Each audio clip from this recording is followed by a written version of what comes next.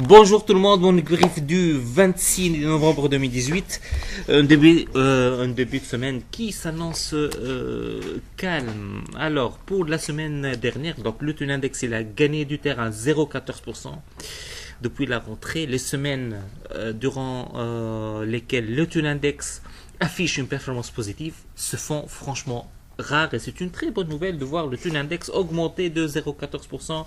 Nous sommes à 16,3% depuis le début de l'année, 3705 points. Donc le taux index va essayer de défendre ses 7300 points. Cette semaine, depuis le début du mois, on reste quand même sur une performance négative. Donc c'est la dernière semaine du mois de novembre. Le défi serait de retrouver le territoire positif, une première depuis le mois d'août. Côté volume cette semaine, 21 millions de dinars, bien que il y a eu quelques opérations importantes. On a eu cette transaction de bloc le vendredi sur le titre Naql. Quelques titres ont été bien échangés dans CC presque 1,8 million. Il y a eu également Servicom presque 3 millions 2 millions de dinars sur ICF. Donc il y a quelques valeurs qui continuent à attirer l'attention du marché, à capter l'essentiel du volume. À part ça, il n'y a pas eu beaucoup de mouvements. Si on observe les performances, il y a eu Servicom 23%, il y a eu Sanimed également 23%, Tunisair 20%, donc Tunisair un plus haut depuis quelques années, 810 millim, et également Electrosal 20%. Donc vous voyez, donc ce sont vraiment les petites capis qui évoluent traditionnellement vers la fin de l'année. Côté baisse, Exabyte 5 dinars à 7,484%, donc la plus grosse baisse. Donc il n'y a pas eu de chute pour les titres durant cette semaine. Côté actualité, il y a juste ce rapport de Fitch sur les banques tunisiennes, donc les perspectives des banques 2019. Fitch a vraiment souligné les faiblesses du secteur qu'Alpha Mena a toujours insisté. Premier défi, les fortes tensions sur la liquidité.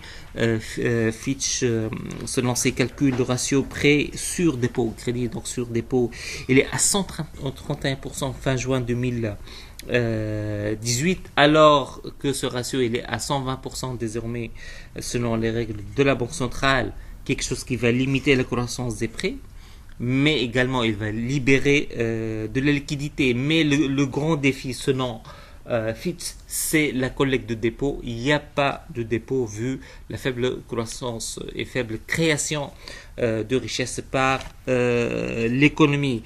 Deuxième point, c'est que le poids des titres de l'État, les BTA, les BTC, les BTZ, dans les actifs des banques, qui est à 13%. Bien sûr, c'est un risque très important pour les banques tunisiennes. Également, il y a un problème de coût de financement. Aujourd'hui, le coût il est très important et on a une idée sur les taux avec lesquels les établissements financiers sont en train d'émettre les emprunts obligataires. En contrepartie, on a donc ce plafonnement des taux avec les taux excessifs. Bien sûr, à ce niveau de taux, les nouvelles affaires sont vraiment une perte d'argent pour les banques. Également, une autre question, c'est la qualité d'actifs avec, selon Fitch, un renversement de la tendance pour ce qui est le taux des créances classées.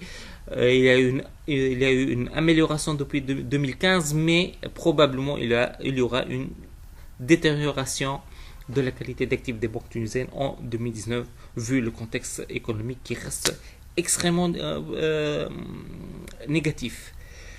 Globalement, Fitch confirme notre avis sur le secteur bancaire, mais après la récente baisse, c'est-à-dire qu'on a vu durant les mois de septembre, octobre et novembre, où quand même le secteur bancaire il a relativement résisté.